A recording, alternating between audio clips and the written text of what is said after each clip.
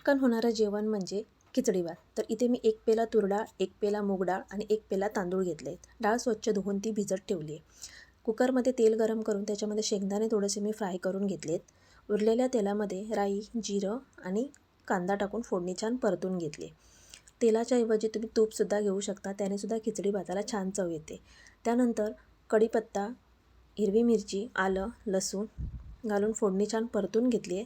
त्यानंतर थोडंसं हिंग घालायचं आहे. हिंग घातल्यानंतर टोमॅटो घालून छान अशी फोडणी पुन्हा परतून घ्यायची आहे. बघा 2 मीडियम साईजचे मी टोमॅटो बारीक चिरून घेतलेत.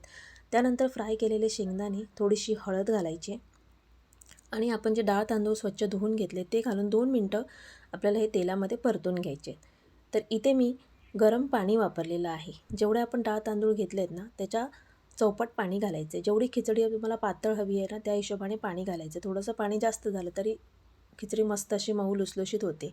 चवीनुसार मीठ घालून कोथिंबीर घातली आहे. मस्त झाकण लावून 2 शिट्ट्या काढून घ्यायच्या आहेत. हे बघा मस्त असा खमंग वास येतोय आणि मस्त मऊ लुसलुशीत अशी खिचडी भात तिथे बनवून रेडी झालेला आहे. भाजीची सुद्धा आवश्यकता नाही आहे. लोणचं पापड असेल ना तर पोटभर जेवू शकतो.